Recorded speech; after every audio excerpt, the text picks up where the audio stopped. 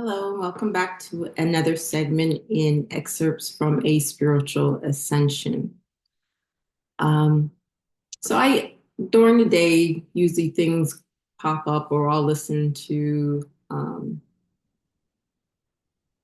videos or read something that will kind of remind me of my own experience or something that I've been through. And I know I kind of told my story, I think, in my introduction video a little bit. But I was thinking,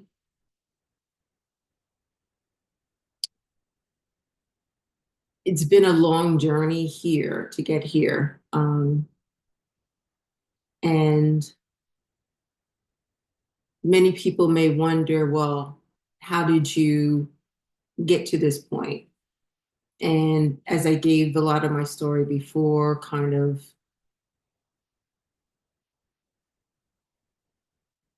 being, someone actually said being pushed into it. Hopefully I wasn't, you seem like, because we all have free will, but more so guided into it. But there is a point where the universe needs to kind of hold you in place so that you do finish your journey.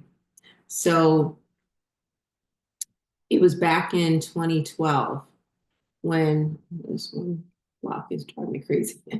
2012, I had already kind of moved out of my religion when I was in my mid 20s and kind of just floating, didn't have any particular belief. Actually, I still kind of had the beliefs of my old religion because nothing had come in to kind of change that. I had even, well, there was a point where I did some really deep research about my old religion and many things that I didn't know, and I had been a part of that religion since I was a baby. So that kind of shocked me. And then all of a sudden it was kind of like, who am I to have been raised in this religion, to have identified myself as a part of this religion, um, to have these strong beliefs that were still within me, but what did I truly believe? And kind of what I call going into having a cognitive, I can't say that, cognitive dissonance of really unwiring what I had been taught for so long and the beliefs that I had still kept within me. And actually, at times of trying to deprogram myself, it actually, there's a sense of your brain kind of hurting from that. Um, because if you are kind of brainwashed from having such strong beliefs since an infant, it's hard now to get yourself out of that. I kind of give it as an example of, and I hope I don't hurt anyone in any way, but I give an example of like growing up and believing that both of your parents are your true parents, and then finding out, maybe as a teenager that, say you were adopted. And there's a whole awakening that goes on to say, like, who am I then? Um, so in 2012, after having this realization, this awakening, because you can have many awakenings throughout your lifetime. Um, I believe that you probably have a few strong awakenings, especially when you realize that there's this other huge existence just on the other side that we can actually practically not really touch, but have a direct contact with. I think religion kind of puts a barrier there. And when you learn to accept the fact that you have this direct contact spirit to spirit with the divine, with the universe, that's a whole awakening.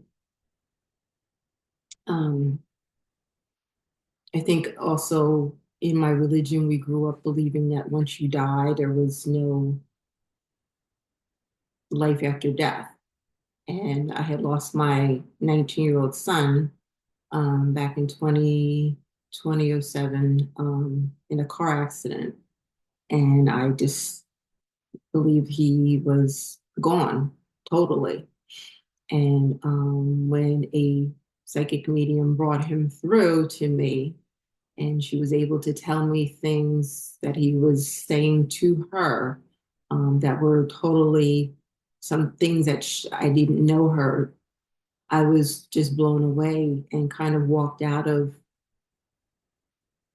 there with this like, oh my goodness, like he's still here. He hasn't passed on. Like he's still here. I just can't see him in the flesh. But anyway, I'm kind of getting off topic. The topic of this is about doing your research. Um, Again, when I started too, back in 2012,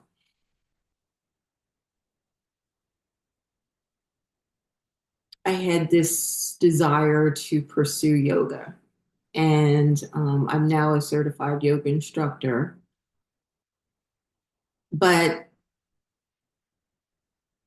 my religion had taught me that that was something that was kind of evil, not good to do because any kind of meditation or you're connecting yourself with some kind of evil force.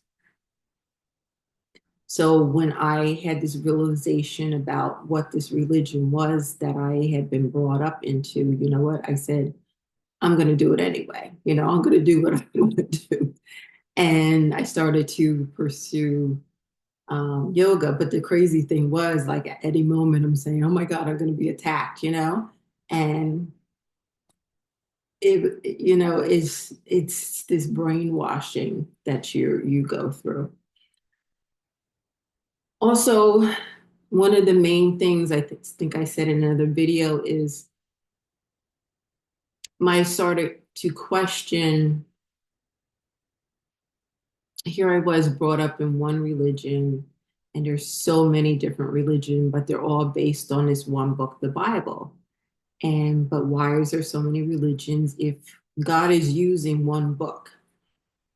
When I started to get into spirituality and I was reading all these different authors and all these different books, and no one had anything to do with each other, but they were all kind of saying the same thing. And I'm like, oh my goodness, like that's crazy that this author has nothing to do with this author, but they're saying almost the same thing. And then I would read something else or look up some information on the internet. And then I had studied metaphysics, and that was aligned with what I was also learning. And I'm saying all these things make sense, you know? And even though I didn't fully understand at that time, um, things were starting to make sense. I just kept doing more research and more research. I would write down notebooks of information. And that's the main point um, of this video is to do your research. Okay. You're going to need a basis, a foundation for your spirituality. You can't just go off of what you hear in a video or a few books that you read. Like, really, really do your research, because if you're here for a purpose, to be a light to others and to be one of the first, okay, to make a way for others to follow. And if you don't have your foundation of what your understanding of what spirituality is and all the aspects that go along with that, it's going to be hard for you to explain to someone why, this happens or why that happens. And I'm talking about now, it's been 13 years for me, but also just doing tons and tons of research, like my whole life. You see the title of my thing, mainly spiritual. I am mainly spiritual. That's my life. I have to push myself sometimes to live more in the 3D, because we're here for a purpose, to be among other people, to have relationships, to have fun as human beings, to pursue dreams as a human, to, what's the word, to get an occupation if you prefer that. But ultimately, we're here to serve others with our knowledge. And that knowledge starts with doing your research. Okay. I'm going to leave it there. Thank you so much for being here.